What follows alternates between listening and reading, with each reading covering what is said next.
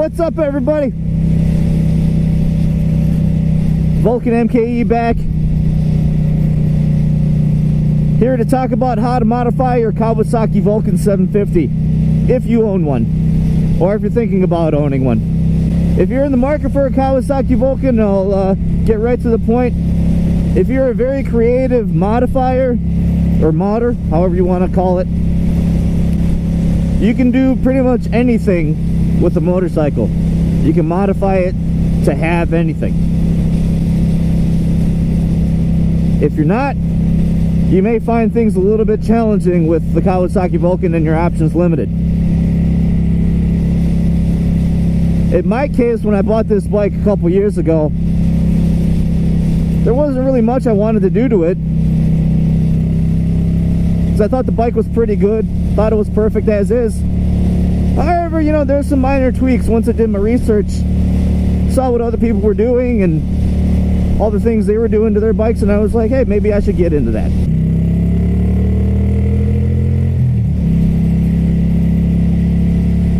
Now, if you've watched my previous videos, you're going to notice something. You're going to notice something a little bit different.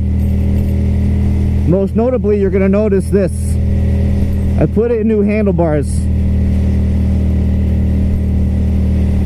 I also changed this bracket piece out, which of course I will get into why in a minute. You guys have seen these before. These are not actual stock mirrors. I got larger mirrors than what was originally on it, so I can see better. These may get changed into something a little bit less practical, more so like something cooler looking.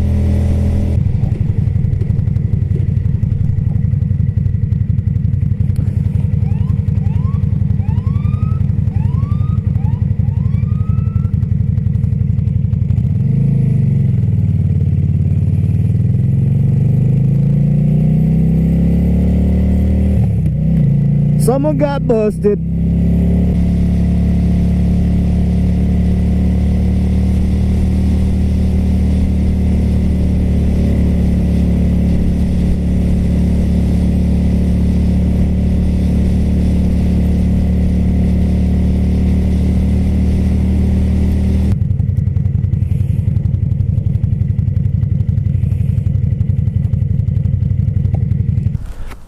A little bit of a panned out view of what the Kawasaki Vulcan looks like in the after setting.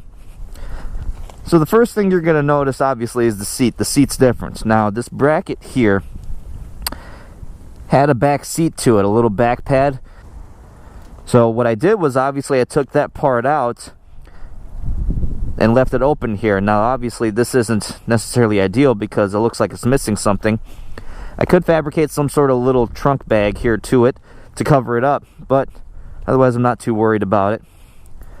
The one thing too that you're going to notice also as well is that normally there's a shield here and baffles that are supposed to be noise reducing.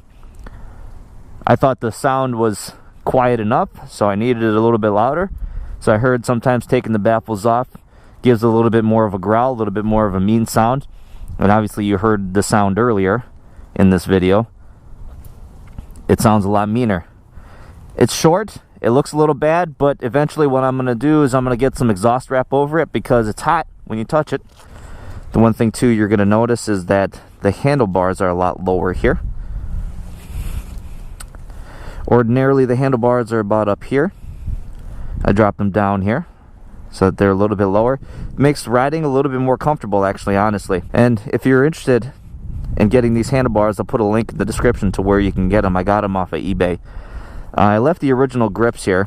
From what I understand, the Honda Goldwing grips work really well with it from some forum sites I visited, but these were in pretty good condition.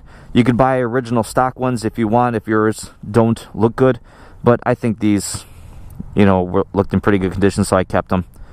The ram mounts, obviously, that's an aftermarket thing. We all know, you know, sometimes how that can work if you're not careful with it.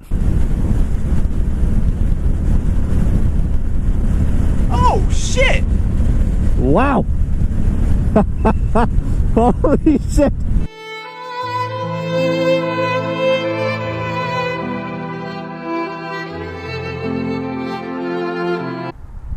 Also, one thing you're going to notice too is a different seat on it. I got this seat off of Craigslist, actually. Kind of a very, very lucky Craigslist find from someone in my area. It's off a Kawasaki 1600 Mean Streak. It's obviously a much bigger Vulcan version. So this is a seat that obviously it has a passenger seat, and obviously a much wider, comfortable seat. A little bit of a kind of curve to it. You know, fits the natural groove of your derriere. So if you find a Kawasaki Mean Streak seat, that's a really good seat to grab. It's a lot more comfortable than the original stock seat. I highly recommend it. Now these covers here normally came with, you know, a little decal that said Vulcan 750. Didn't really need that, so I took it off, sprayed it with adhesive remover to clean it up really nice, and then just spray painted it black. So looks nice for anybody that's curious. This is from The Witcher 3. The one thing you notice about the handlebars is that with it being lower, the one concern that I had, that I realized, was the clutch cable ended up being way too long, because the clutch cable kind of goes from here all the way here and down right there, if you can see. So now originally the clutch cable was short enough that it could just reach up and then attach right here a little bit higher, but obviously the stock clutch cable was a little bit too long. So I got this clutch cable off of KZ1000, and it's a little bit shorter, and I had to kind of be a little bit creative in terms of how I wrap it around so it's not sticking all the way out too far. So what I did was I kind of wrapped it around through here, as you can see, kind of wrapped it through here and right in there. So you got to get a little bit creative. Sometimes it's not going to be ideal. The one thing, if you watch my videos for a while, is what you noticed is that my speedometer didn't work a lot of times, so I replaced the speedometer cable, which is right here, inserts right into here. Very simple maneuver. It's just unscrewing from here, unscrewing from there.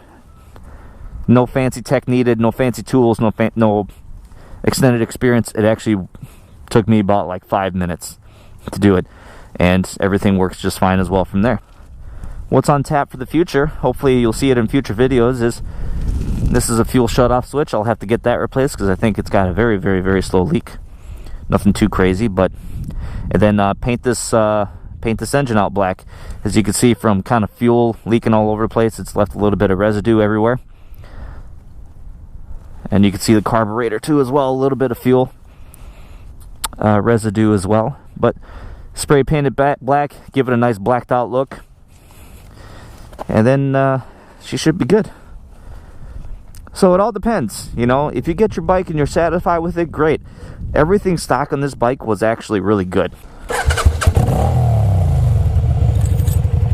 Everything that came stock on this bike was actually very good.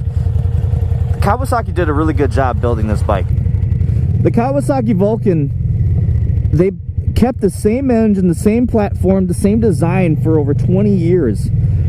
I want to say it was between like 1987 to early 2000s. So they kept it the same. Obviously they found a formula that worked, and there was no need to redesign it, redesign the engine, work on the engine. So honestly, if you're in the market for getting a used Kawasaki Vulcan, even if it's an older one, it's a good solid bike. So in the description I'll have some information on the parts that I bought. I mostly got them off of eBay and Craigslist. I can't give you direct links. I could try. And I highly recommend, if you are buying a Kawasaki Vulcan 750, or if you currently own one and aren't a member already, head over to VN750.com. It's a good forum site, a lot of knowledgeable people, a lot of good posts, a lot of good content, that if you ever have any trouble finding or fixing your bike, you got a place to go to ask questions, maybe even find answers before you even have a chance to ask the question. So hopefully this helped you. Hopefully you found this video useful in some way. If not, whatever. If you want to see more stuff from me, don't forget to hit that subscribe button or click it. One of the two.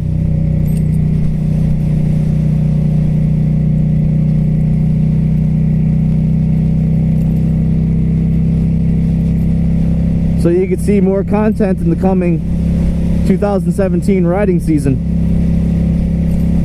This is very uncharacteristic for February, so I don't know how long this is going to be lasting. I may not be able to ride for another month after today. But whatever, we'll see. Alright, check it. See you guys later.